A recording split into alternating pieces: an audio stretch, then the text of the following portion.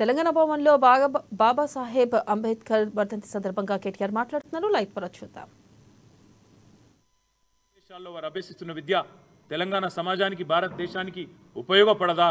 వారి ఉద్ధరణకు, దళిత ఉద్ధరణకు, బహుజనుల ఉద్ధరణకు ఉపయోగపడదా అని నేను అడుగుతా ఉన్నా.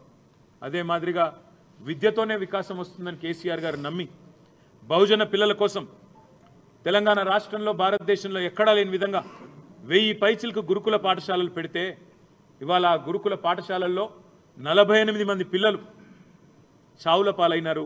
మేము ఆ విద్యార్థులను మా ప్రభుత్వంలో ఉన్నప్పుడు ఎవరెస్ట్ శిఖరాన్ని ఎక్కిస్తే మీరు ఆ పిల్లల్ని పాడెనెక్కిస్తూ ఉన్నారు. మరి మేము ఈ గురుకులాలు బాగుపడాలి, అందులో చదువుతున్న లక్షల మంది పిల్లల భవిష్యత్తు బాగుండాలి అనే ఆలోచనతో ఏర్పాటు చేసిన గురుకులాలను నిర్లక్ష్యం చేయడమే మీరు అంబేద్కర్ గారికి ఇచ్చిన ఇవాళ మేము అడుగుతా ఉన్నాం. మా పిల్లలు, మా బీఆర్ఎస్ విద్యార్థి విభాగం పిల్లలు గురుకుల బాట బట్టి వారం రోజులుగా గురుకులాలు తిరుగుతూ ఉన్నారు. అక్కడ నెలకొని ఉన్న స్థితిగతులు మా బీఆర్ఎస్ విద్యార్థి విభాగం ఆధ్వర్యంలో కనుక్కొని రాష్ట్ర ప్రభుత్వ దృష్టికి రాబోయే శాసనసభ సమావేశాల్లో, శాసన మండలి సమావేశాల్లో తేవాలే, సమాజం దృష్టికి తేవాలే, ప్రభుత్వం మీద ఒత్తిడి పెంచాలే, ప్రధాన ప్రతిపక్షంగా మా పనిచేయాలని మేము ఆ పనిలో నిమగ్నమై ఉన్నాం.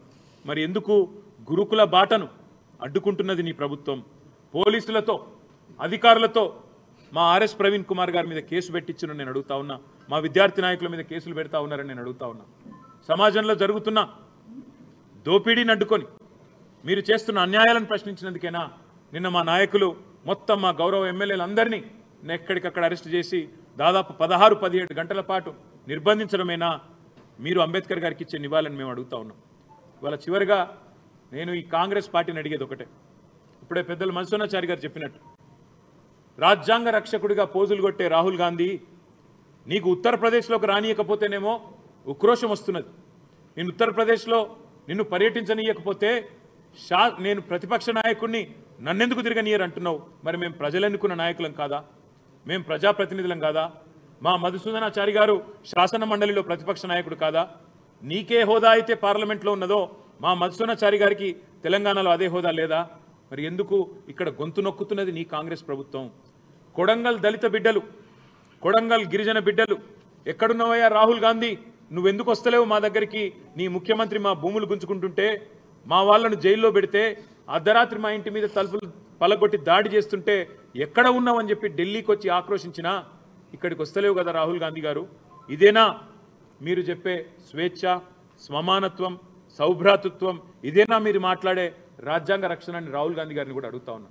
దయచేసి చెప్పేదొకటి చేసేదొకటి అన్నట్టు కాకుండా డాక్టర్ బాబాసాహెబ్ రచించిన రాజ్యాంగం మీద కనీస జ్ఞానం, కనీస మర్యాద ఉన్న రాహుల్ గాంధీ గారు ఇకనైనా నీ కాంగ్రెస్ పార్టీకి, కాంగ్రెస్ ప్రభుత్వానికి హితోపదేశం చేయి. వారికి చెప్పు, ఈ వ్యక్తిగత దాడులు, వ్యక్తిత్వ హననాలు, రాష్ట్రంలోని బలహీన వర్గాల మీద జరుగుతున్న జులుం ఏదైతే ఉన్నదో ఈ విషయంలో నీ ముఖ్యమంత్రికి సద్బుద్ధిని ప్రసాదించే విధంగా ఆ అంబేద్కర్ గారి సాక్షిగా, అంబేద్కర్ గారి వర్ధంతి సాక్షిగా ఖచ్చితంగా ఆదేశాలు ఇవ్వాలని కోరుతూ, మరి ఇవాళ మమ్మల్ని పోనీయకుండా మేము పోదామనుకున్నాం. ఆ 125 అడుగుల నిడివి ఉన్న డాక్టర్ బాబాసాహెబ్ విగ్రహం దగ్గర పోయి అవసరమైతే స్వయంగా మేమే చీపుర్లు బట్టి, ఈ ముఖ్యమంత్రి పట్టించుకుంటలేడు, ఈ ప్రభుత్వం పట్టించుకుంటలేదు, మేమే శుభ్రం చేద్దాం చీపుర్లు బట్టని మేము బయలుదేరుతుంటే మా అందరి ఇళ్ల ముంగట పోలీసులు, మా ఎమ్మెల్యేలు, మా నాయకులందరూ హౌస్ అరెస్ట్.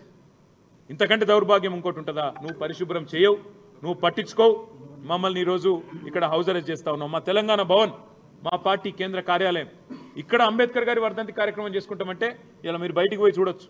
గేటు ముందా ఈరోజు దాదాపు ఒక 100 మంది పోలీసులు ఉన్నారు. ఇదేనా ఇందిరమ్మ రాజ్యం అంటే? మీరు చెప్పిన ఇందిరమ్మ రాజ్యం ఇదేనా? ఎమర్జెన్సీ రోజులను తలపించే విధంగా ఎక్కడికక్కడ పోలీసులతో గొంతు నొక్కే ప్రయత్నం చేయడమే మీరు చెప్పిన ఇందిరమ్మ రాజ్యమా అని నేను అడుగుతా ఉన్నా.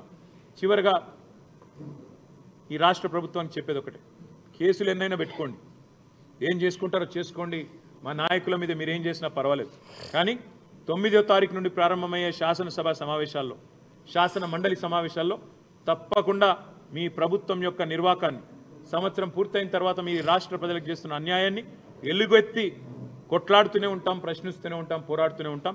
వెనక్కి తగ్గే ముచ్చటనే లేదనే మాట మళ్ళొక్కసారి తెలియజేస్తూ మీ అందరికీ ధన్యవాదాలు. అందులో చదువుతున్న లక్షల మంది పిల్లలు